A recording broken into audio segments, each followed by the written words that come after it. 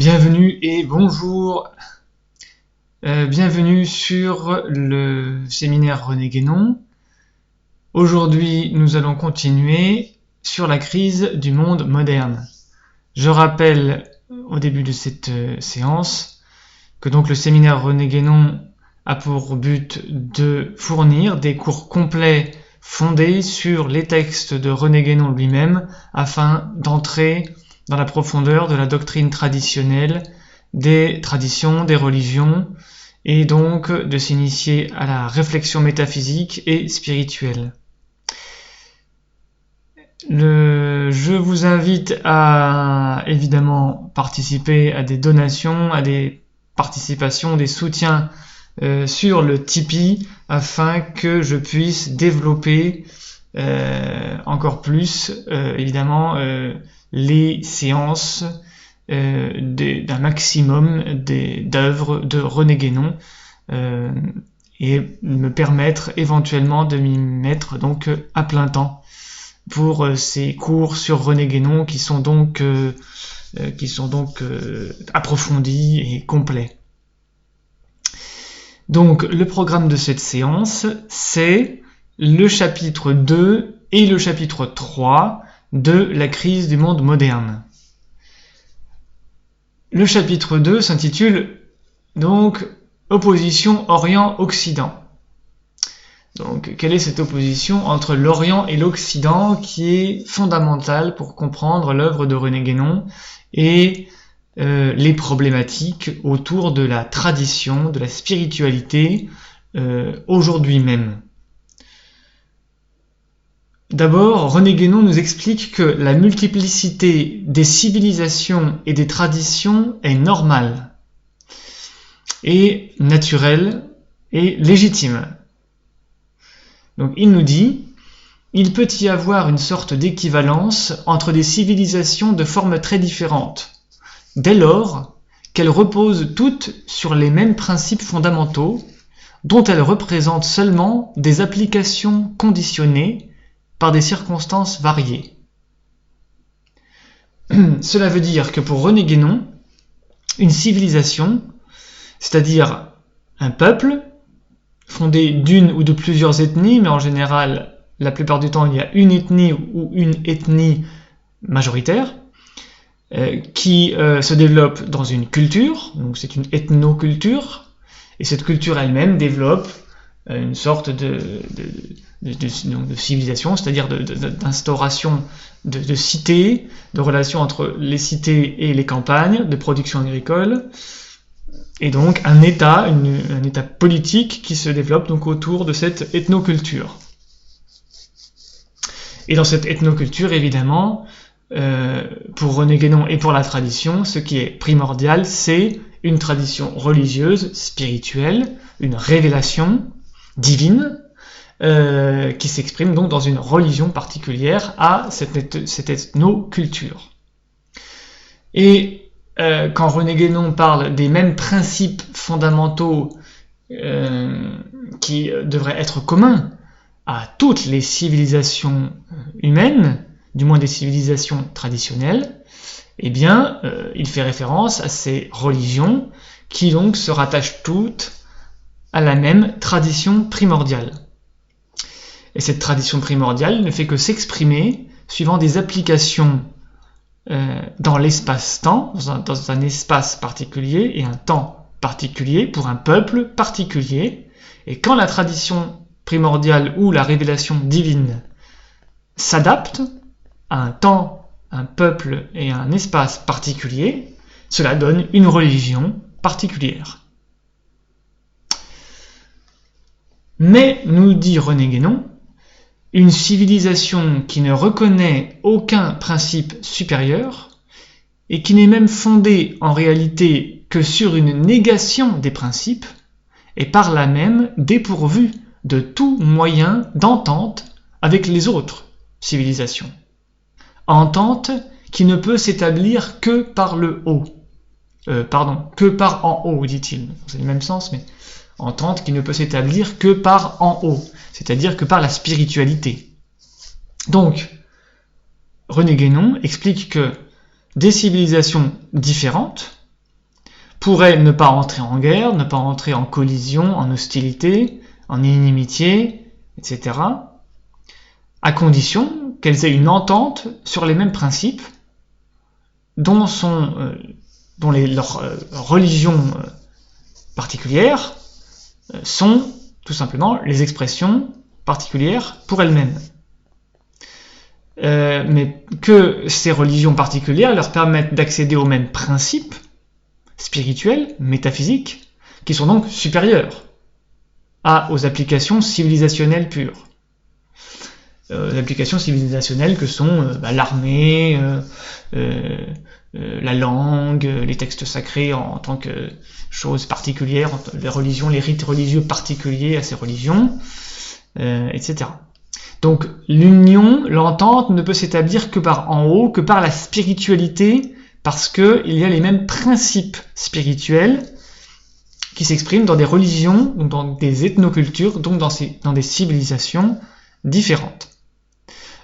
Évidemment, on a là une doctrine, un principe, une idée qui est totalement contraire aux idéaux du monde actuel, du monde moderne, qui consiste à établir des ententes entre des civilisations ou des peuples ou des États différents que par le bas, notamment que par des unions commerciales et économiques. C'est le cas de l'Union européenne, qui n'est tout bonnement qu'une union économique, comme d'ailleurs l'indiquaient les premiers traités européens, union économique, etc., etc. Ce sont des unions économiques. Donc par en bas, des unions financières, économiques. D'ailleurs, l'Union européenne est unifiée par une monnaie, donc c'est une union uniquement financière, et commerciale et économique. Donc par en bas. Donc évidemment, et ce n'est pas une entente véritable. Et c'est pareil pour toutes les mêmes ententes entre pays, États ou civilisations qu'il y a de par le monde actuel, par le bas, par le commerce, par l'économie, donc par le matériel. Alors, René Guénon distingue 3 grandes civilisations dans le monde. Excusez-moi. Il distingue 3 Orients. Il distingue 3 Orients, puisqu'il y a une opposition donc entre Orient et Occident, donc il y a 2 grandes méta-civilisations, ou 2 grands modèles civilisationnels, le modèle oriental et le modèle occidental. Et le modèle oriental se décline en 3. Donc il y a l'Extrême-Orient, qui est autour du pôle de la civilisation chinoise. Ensuite, le deuxième, c'est le Moyen-Orient, qui est autour de la civilisation hindoue. Donc pour René Guénon, le Moyen-Orient, c'est l'Inde. Et le Proche-Orient, qui est autour de la civilisation arabo-islamique. Et donc l'Orient qui est constitué de ces 3 choses, l'Extrême-Orient, le Moyen-Orient et le Proche-Orient, est donc en communication avec l'Occident par l'intermédiaire de cette civilisation islamique ou arabo-islamique, qui est en quelque sorte donc le médiateur entre l'Orient et l'Occident. Mais actuellement, nous dit Guénon, si l'on envisage par rapport à l'Occident moderne, si on envisage ces 3 Orients par rapport à l'Occident moderne, on doit reconnaître qu'elles s'y opposent au même titre que les civilisations proprement orientales. Donc l'Occident moderne s'oppose à la tradition au même titre qu'elle s'oppose aux civilisations orientales. Et donc René Guénon croit et soutient donc logiquement l'idée du fameux choc des civilisations.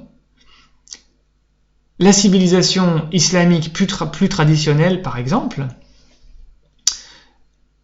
étant attaquée par la civilisation moderne occidentale menée par les États-Unis d'Amérique, qui sont d'ailleurs à l'ouest, à l'occident du monde connu.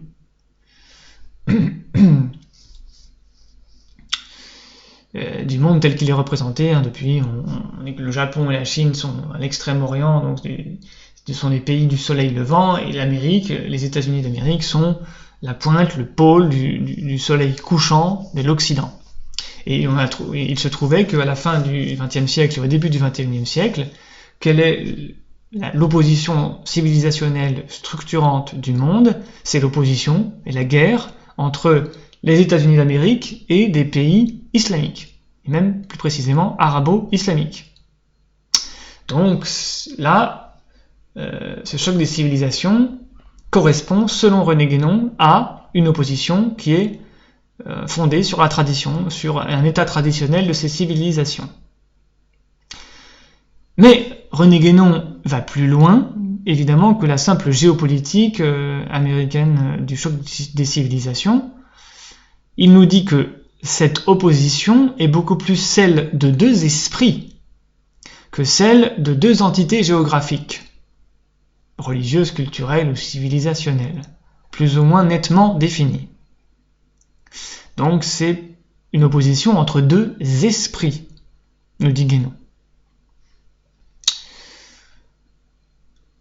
Alors, est-ce que l'origine de la tradition est orientale, puisque René Guénon associe très régulièrement l'Orient ou les civilisations orientales avec la tradition, et cela pourrait laisser entendre que la tradition a une origine orientale et que, en fait, il faudrait retourner vers l'Orient pour retourner vers l'origine, pour revenir vers l'origine de la tradition, de toutes les traditions.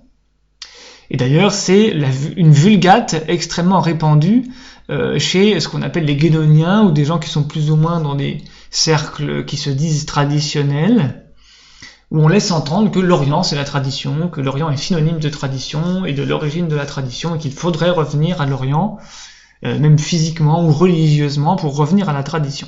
Eh bien non, pas du tout, c'est une erreur, c'est une trahison, une entorse à ce que dit explicitement René Guénon. René Guénon nous dit « La tradition primordiale, donc l'origine de la tradition, et l'origine des religions, la tradition primordiale du cycle actuel est venue des régions hyperboréennes. » Donc c'est tout à fait différent de l'idée de certains guénoniens ou pseudo-guénoniens qui disent que l'Orient c'est la tradition. Bon. L'origine véritable, c'est les régions hyperboréennes, c'est-à-dire le nord, le grand nord, ou le pôle nord. Bon, de manière plus ou moins mythique, évidemment, mais voilà, le pôle nord. Puis, la tradition est allée de l'Occident, elle est descendue du nord, donc de l'hyperborée, vers l'Occident, et puis est allée vers l'Orient. Donc la tradition est allée du nord vers l'Occident, et de l'Occident vers l'Orient. C'est ça qu'enseigne René Guénon. Mais le dépôt de la tradition primordiale a été transféré effectivement en Orient, nous explique René Guénon, et c'est là que se trouvent maintenant les formes doctrinales qui en sont issues le plus directement. C'est extrêmement important comme distinction. C'est là que se situe, c'est là qu'il y a le dépôt de ces formes doctrinales qui sont plus directement liées dans leur application religieuse à la tradition primordiale. Alors, donc, l'enjeu quand même de René Guénon, et donc pour des personnes appartenant à cette civilisation occidentale à laquelle il s'adresse, puisqu'il parle en français, qui se situe donc dans l'Occident. Donc, l'enjeu, ce serait de restaurer la tradition en Occident. Mais le problème se pose. Donc, René Guénon nous dit que certaines tentatives de restauration d'une tradition occidentale sont pour la plupart vouées à l'échec. Car on va jusqu'à s'imaginer des pseudo-traditions qui n'ont jamais existé et qui manquent tout autant de principes que ce à quoi on voudrait les substituer. Donc, on voudrait substituer à une sorte d'athéisme, d'agnosticisme, de matérialisme. On voudrait y substituer une forme de spiritualité. Comme ce qui se fait en Occident depuis en gros un siècle, voire plus, mais on va dire un siècle. Par exemple, tout ce qui est New Age. Voilà. Et donc, René Guénon nous dit que ces pseudo-traditions, qui servent à remplacer de manière plus ou moins explicite, de manière plus ou moins, en prétendant plus ou moins à être traditionnel ou à être une spiritualité, René Guénon nous dit que ces pseudo-traditions, comme le New Age, sont fabriquées par certains occultistes à l'aide des éléments les plus disparates. C'est-à-dire que, avec certains éléments qui ont été détachés de certaines traditions, rituelles, symboliques, doctrinales, on va constituer des sortes de syncrétismes sans aucune canonicité doctrinale, c'est-à-dire sans aucune cohérence traditionnelle, sans aucune cohérence dans un texte sacré, dans une religion, dans une tradition, et donc dans une cohérence doctrinale. Et donc, cela ne permet pas à ces créations pseudo-traditionnelles d'avoir un rattachement traditionnel réel. Donc ça, c'est très important chez René Guénon. Une véritable vie spirituelle doit être dans le cadre d'une tradition qui peut évoluer, bien sûr, mais qui doit rester fidèle à un canon d'écrits sacrés, à un texte sacré. En tout cas, c'est valable pour la plupart des traditions. René Guénon ne nous parle pas, par exemple, du shintoïsme ou d'autres traditions qui n'ont pas de texte sacré. Ce sont d'ailleurs des traditions plus ou moins marginales, évidemment, qui existent, mais qui sont marginales, et qui d'ailleurs sont souvent complétées par des traditions ayant un texte sacré. C'est le cas, par exemple, au Japon avec le shintoïsme, qui est complété par un bouddhisme qui dispose de textes sacrés. Mais bon, René Guénon n'entre pas dans ces cas-là, auxquels on peut penser, et qui en fait confirment tout de même plus ou moins les éléments doctrinaux de René Guénon. Donc, tout ce qui est New Age, tout ce qui est spiritualité moderne, disparate et fragmentaire, par exemple le yoga tel qu'il est pratiqué en Occident, ce qu'on appelle le yoga, n'est pas du tout le yoga traditionnel, puisque le véritable yoga est une discipline de toute une vie qui réclame l'adhésion aux Védas, qui réclame l'adhésion aux règles sacramentelles du védisme, donc de l'hindouisme, l'appartenance à une caste, ou du moins la conversion totale de toute sa vie aux règles de l'hindouisme. Donc c'est totalement absurde dans une vie où où quelqu'un n'aurait aucune religion, de vouloir pratiquer le yoga comme ça, tout simplement, détaché de son contexte traditionnel. Et René Guénon explique aussi que, par exemple, on ne peut pas reconstituer le celtisme, le druidisme, puisque le druidisme a été aboli par les druides eux-mêmes dans l'Antiquité, ou à la fin de l'Antiquité.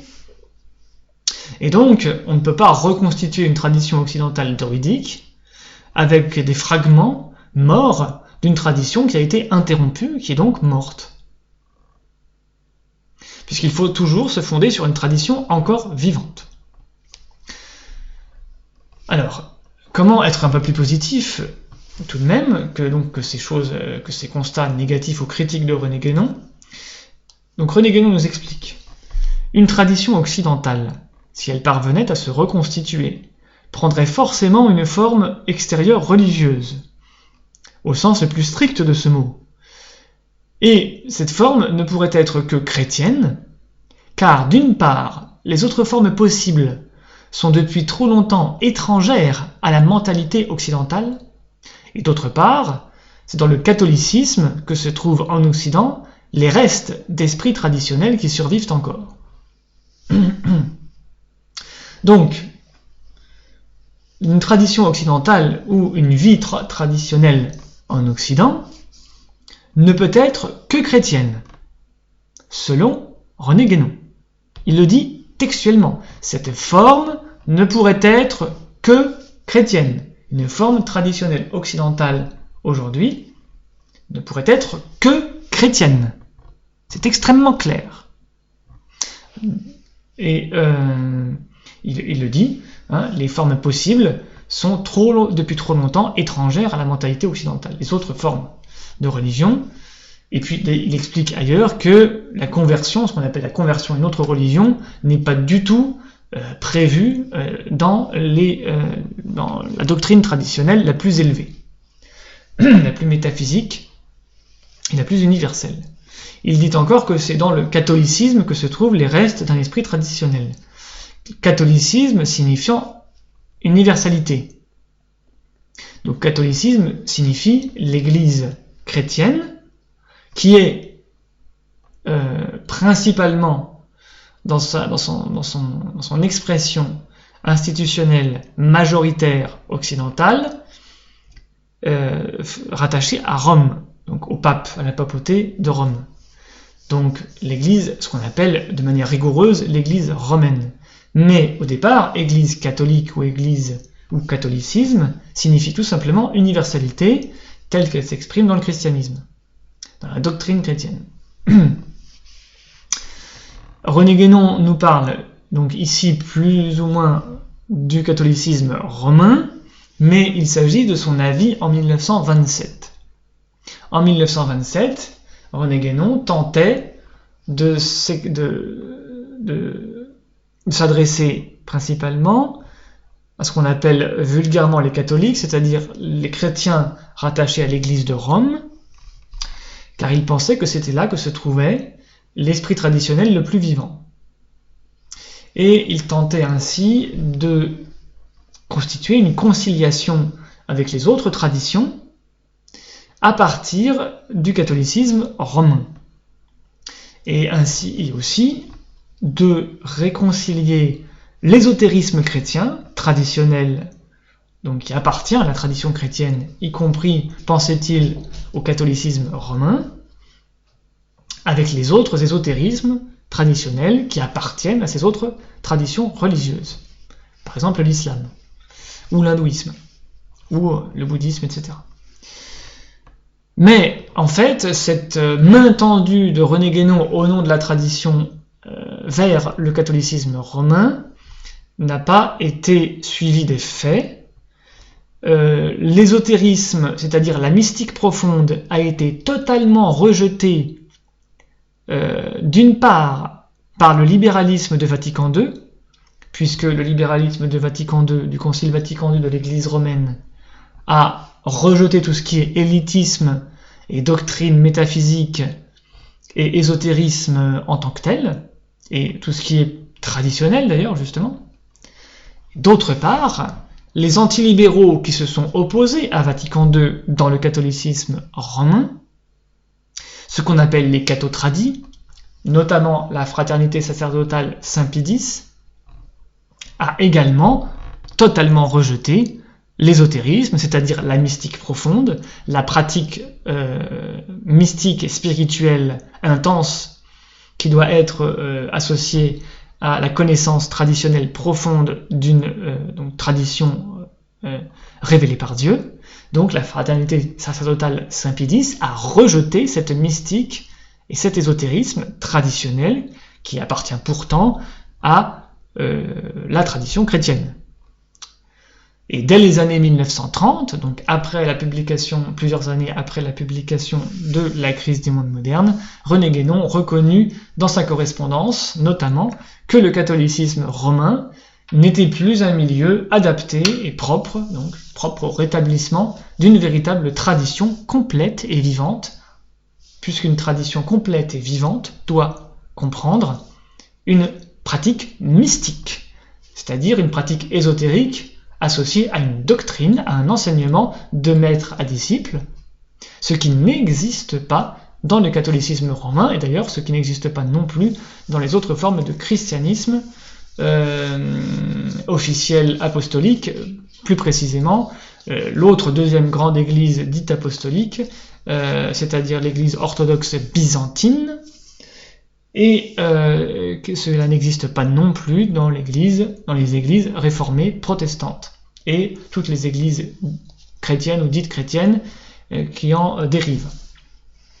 Donc il n'y a pas d'ésotérisme, il n'y a pas de mystique traditionnelle dans ces églises, donc on ne peut pas reconstituer une véritable tradition complète et vivante dans le christianisme de toutes ces confessions religieuses-là.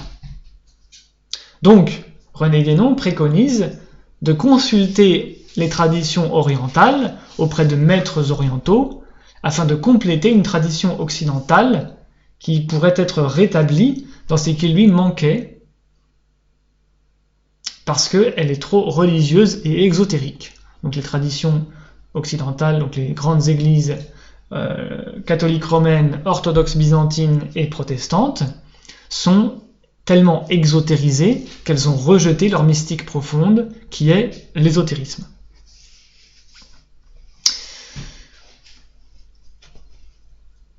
René Guénon revient sur l'opposition entre christianisme et islam, et il dit que ceux qui croient avoir une opposition dans les traditions, par exemple entre le christianisme et l'islam, sont dans l'erreur. En tout cas d'un point de vue doctrinal et métaphysique, parce qu'ils ne sont pas allés bien loin dans la compréhension des doctrines traditionnelles, puisqu'ils n'ont pas entrevu l'identité fondamentale qui se dissimule sous toutes les différences des formes extérieures. Donc là encore, c'est une expression fondamentale de l'enseignement de René Guénon, et donc de la doctrine traditionnelle, qui est l'identité fondamentale de toutes les traditions, sous l'aspect différencié donc des différentes formes extérieures que sont les religions particulières. Et un des disciples de René Guénon, Fridtjof Schuon, consacrera un livre entier à ce qu'il appelle l'unité transcendante des religions. Donc René Guénon continue, il nous dit « Les chrétiens occidentaux ne se font une idée qu'extérieure du christianisme, qui est donc incompatible par cette limitation avec les autres traditions. »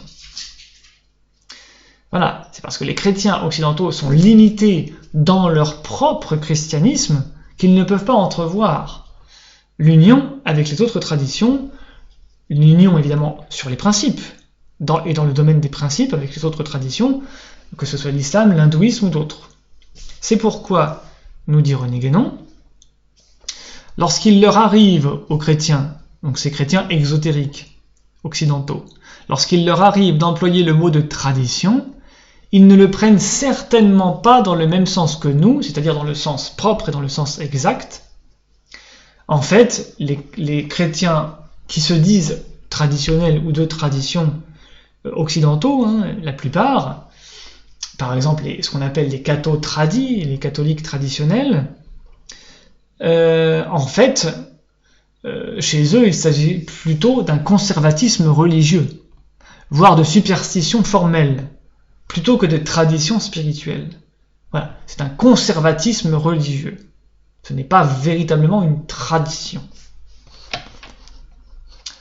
Donc, attention à ce qui se prétend ou ce qui s'affiche comme traditionnel, ou même comme philosophie traditionnelle.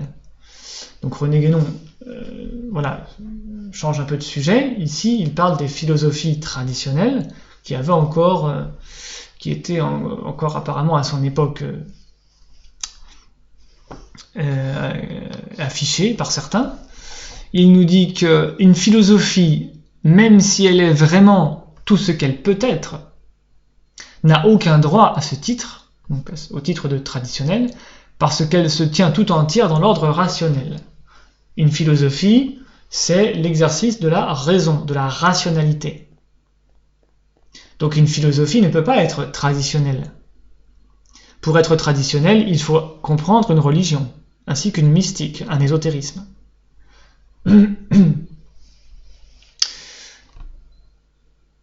Donc je continue sur René Guénon.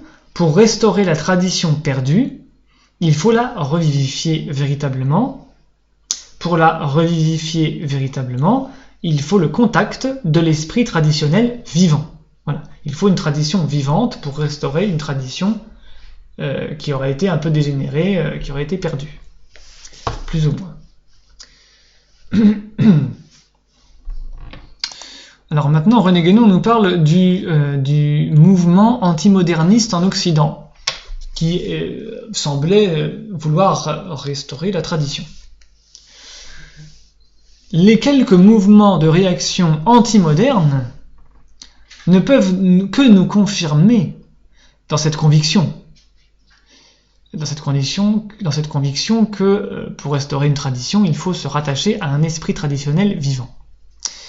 Donc, les quelques mouvements de réaction anti-modernes occidentaux ne peuvent que nous confirmer dans cette conviction, car tout cela, qui est sans doute excellent dans sa partie négative et critique, donc tout ce mouvement antimoderniste occidental, a de très bonnes critiques négatives de la modernité, mais est pourtant fort éloigné d'une restauration de la véritable intellectualité, et ne se développe, nous dit toujours Guénon, que dans les limites d'un horizon mental assez restreint. Et là, cela s'applique extrêmement bien à tous les mouvements antimodernistes un peu droitards ou un peu anticapitalistes, antilibéraux, et qui se situent uniquement au niveau social, voire sociétal, au niveau économique et au niveau politique, voire un peu parfois au niveau culturel, mais de manière assez spéculative ou esthétique, artistique principalement. Donc aujourd'hui, nous voyons des mouvements se constituer qui sont antimodernes, mais antimodernes sur les plans les plus superficiels et les plus matérialistes. La société, l'économie, la politique, les arts éventuellement. Et par exemple, à l'époque de René Guénon, il y avait Oswald Spengler qui a écrit Le déclin de l'Occident, un immense ouvrage qui a été très important, donc il a écrit en 1918, donc il a terminé en 1918, donc il y a eu une certaine influence dans les années 20, et qui était anti-moderniste. Aujourd'hui, nous retrouvons des intellectuels de tendance vaguement traditionnaliste ou conservatrice, qui s'appelle aussi la troisième voie, c'est-à-dire ni la droite capitaliste libérale, ni la gauche libérale, libertaire et communiste, ou plus ou moins socialiste ou communiste, avec des tendances communistes. Et c'est pour ça que nous avons ce mouvement en France francophone, qui est autour de la nouvelle droite depuis les années 70, avec notamment Alain de Benoît. Alain de Benoît qui est un néo-païen et qui est entouré de personnes qui sont généralement laïcardes, donc en réalité modernistes, puisque la laïcité ou même le néopaganisme professé par Alain de Benoît ne sont que de purs produits de la modernité qu'ils prétendent combattre. La tradition, au contraire, permet d'établir l'entente entre les civilisations, puisque en réalité, dans le déclin de l'Occident et dans tous ces mouvements anti-modernes occidentaux, tous ces mouvements étaient aussi profondément anti-orientaux. Il y avait une opposition, une hostilité vis-à-vis de l'Orient. Or, René Guénon prend le contre-pied de cette posture, puisque la tradition véritable permet d'établir l'entente entre les civilisations, car les mêmes principes traditionnels sont en commun, puisque la tradition mène toujours au même principe, à condition d'être vraiment métaphysique. Donc, quand dans une civilisation il y a un assez grand nombre, un nombre suffisant de personnes qui pratiquent, par exemple, une mystique, un ésotérisme qui les mène au principe, c'est-à-dire à Dieu, eh bien, ces civilisations peuvent être unies à un certain degré métaphysique. Et donc, il n'y a aucune hostilité entre ces civilisations. Explication de René Guénon. Le véritable esprit traditionnel, de quelque forme qu'il se revête, est partout et toujours le même, au fond. Les formes diverses, qui sont spécialement adaptées à telle ou telle condition mentale, c'est-à-dire les conditions spatio-temporelles et ethnoculturelles particulières, ces formes diverses, adaptées à telle ou telle circonstance de temps et de lieu, ne sont que des expressions d'une seule et même vérité. Mais il faut pouvoir se placer dans l'ordre de l'intellectualité pure pour découvrir cette unité fondamentale sous leur apparente multiplicité. D'ailleurs, c'est dans cet ordre intellectuel que résident les principes dont tout le reste dépend normalement à titre de conséquence ou d'application plus ou moins éloignée. Donc, ça c'est un fondement vraiment explicite, vraiment très important, central dans la pensée guénonienne, donc dans la doctrine traditionnelle enseignée par René Guénon, il faut pouvoir se placer sur l'ordre de l'intellectualité pure pour être dans la véritable spiritualité qui se décline dans les différentes religions traditionnelles de l'humanité. Et tout ce qui émane de cette spiritualité pure, dans ces religions diverses, dans ces cultures ensuite, dans ces cultures, dans ces ethnies, dans ces rites, dans ces États, voilà, dans ces peuples, ne sont que des dérivations de cette spiritualité traditionnelle qui est d'ordre intellectuel au départ, et qui est garante d'un principe, des principes traditionnels. Et donc c'est à ce titre-là que ces pratiques, que ces rites, que ces conditions, que ces structures sociales, rituelles, familiales, religieuses, militaires, étatiques, politiques ou autres, dans ces peuples, sont donc traditionnelles, parce qu'ils dérivent de cette intellectualité pure des principes métaphysiques. Et donc René Guénon nous explique que cette connaissance des principes, connaissance par excellence, est la connaissance métaphysique au vrai sens de ce mot, et elle est donc universelle comme les principes eux-mêmes, et donc entièrement dégagée de toutes les contingences individuelles. Donc c'est là encore un principe fondamental de la doctrine traditionnelle de René Guénon, donc de la spiritualité pure et de ce qu'on appelle au sens le plus noble de ce mot la mystique, c'est que comme les principes spirituels, métaphysiques, sont nécessairement universels, évidemment, vous ne pouvez pas ériger dans votre tête ou dans votre religion un principe qui ne serait pas universel. C'est d'ailleurs la raison pour laquelle le christianisme s'appelle le catholicisme. Le christianisme est lui-même le catholicisme, c'est-à-dire l'universalisme. Puisque catholique vient du mot grec katholikon, qui veut dire universel.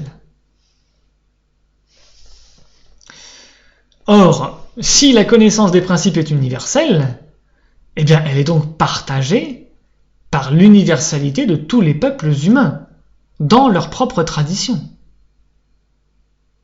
Sinon, ça veut dire que les principes ne sont pas universels.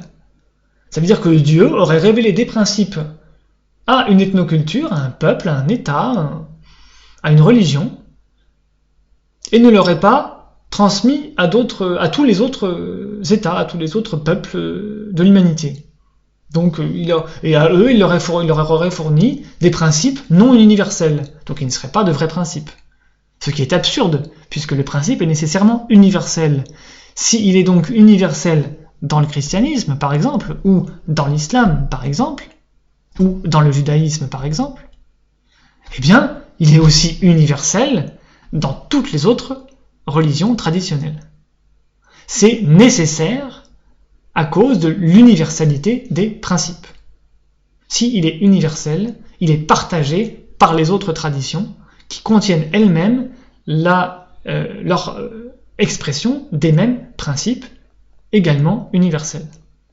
Parce que ces principes sont détachés de toute contingence individuelle, c'est-à-dire les applications sociales, législatives, culturelles, morales et religieuses. Donc ça, c'est extrêmement important. Comment procéder donc pour essayer d'imaginer comment rétablir la tradition ?